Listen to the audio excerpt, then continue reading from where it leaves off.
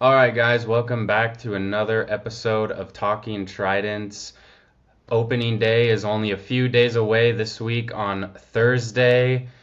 A very exciting time. Mariners have announced a new partnership with Nintendo.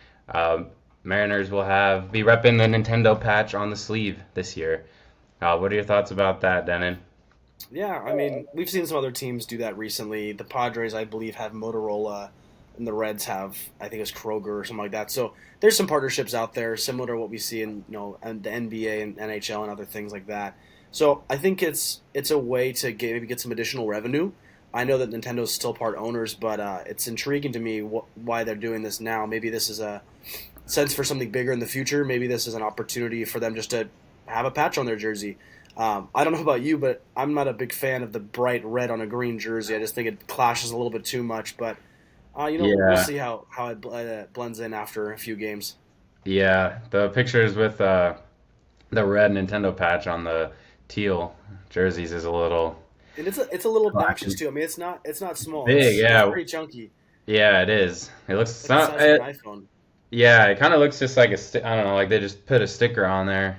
So Yeah. I don't know. I don't mind it too much. Hopefully, will bring an increase in revenue and maybe allow us to sign some more players. But Yeah, in I the don't know. same day that we got this news about the Nintendo patches, we also got news that Root Sports is going to do their own streaming service for the games, and obviously Yeah. most of that money will go back to the Mariners as well as Root Sports. So, Yep. who knows? Maybe this is some behind the scene work to get some extra revenue to increase the budget.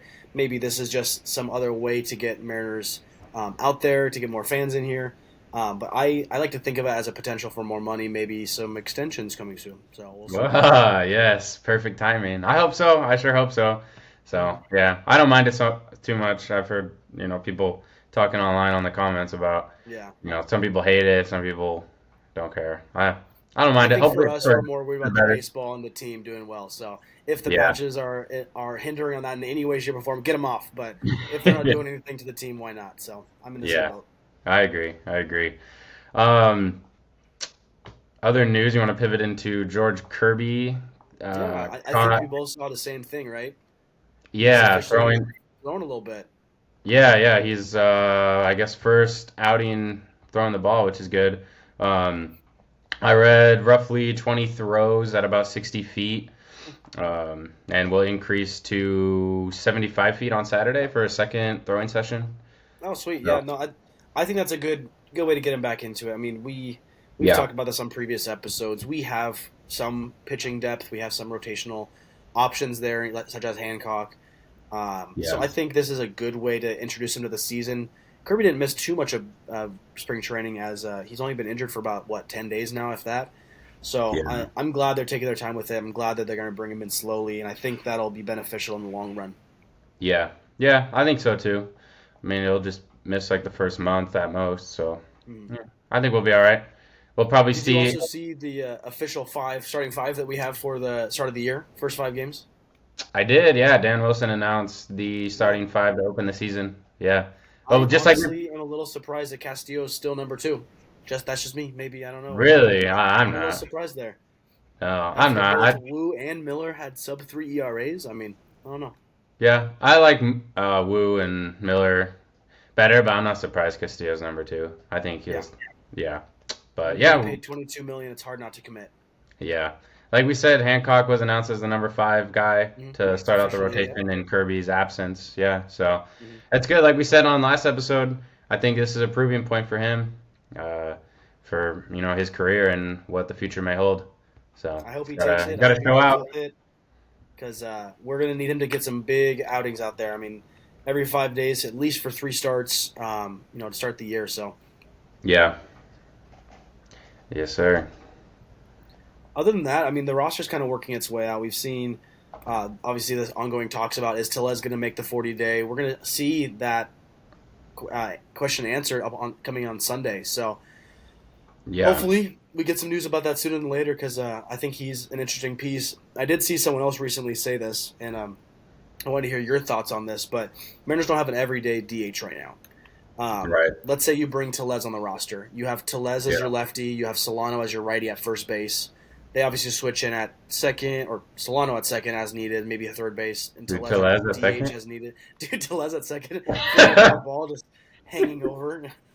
Take it off the But let's chest. say that those two are your options at one. I think that opens a conversation where Luke Raley is your starting left fielder, objectively a better defensive player than a Rosarena.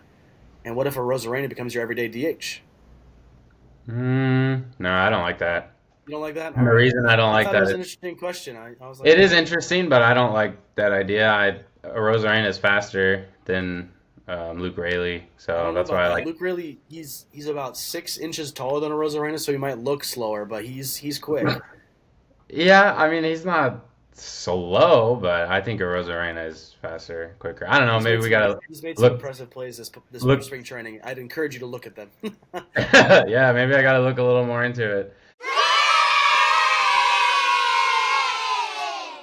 But yeah, I think with putting Tellez at first base and only having one other player there, I think just gives the Mariners a lot more options when it comes to outfield DH positions. That's kind of what my thinking was with it, because if you Yeah, have two lefties and a righty all fighting for first base and DH at bats, that gets pretty crowded pretty quick. yeah. I don't mind Luke Raley getting some time in left field, but I not as a everyday left fielder. I would rather have a Rosarena out there and Luke Raley as DH. That's just me. I know you love So Luke Raley, so I'm I sure. do. I'm a believer in Luke Raley. I'm a believer that he brings a lot to the club. I don't think a Rosarena brings any less. I think a Rosarena still has a higher ceiling because he's Yeah, been a proven player for longer. But I also just think that a Rosarena is getting to that point in his career where he might want to just focus on batting, and that's okay. Some people get there. I mean, we saw I Nelson mean, Cruz there eventually. So yeah. After last year, Rosarena does need to focus on batting because yeah, seriously, he couldn't 220. hit. Come on now. Yeah, Well, so I guess maybe that's a good. they'll work. I'm sure they'll I'm sure they'll mix it up a little bit, and Rosarena will see some time at DH, Luke Raley in left field, but I don't know. Yeah, Dan Wilson and the management, they know what they're doing. They know what they're looking for, and even if Do this they? can bring some more versatility to the lineup, I think that's important. We've talked about how having Mitch Haniger, Tellez, and Mitch Garver all on your bench is not a great idea. But what if Tellez is less on your bench and more so in your lineup? So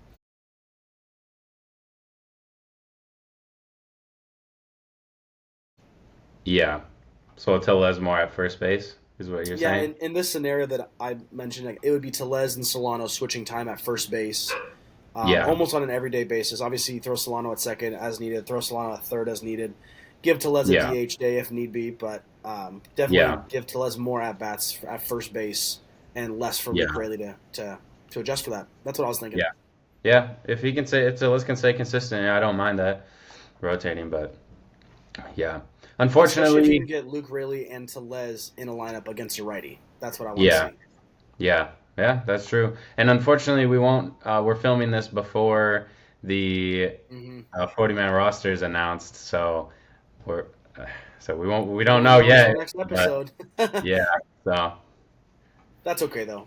Well, since we only have less than a week left for until the season starts, next episode we will be covering the hopefully first two games. yep, I can't wait to talk about that with you guys. I can't wait to talk about that with Devin. See what our impressions are. See who's made the roster and who has not. As always, thank you for watching. Like, subscribe, send this to your friend, and thanks for watching Talking Tridents. We'll see you guys next time.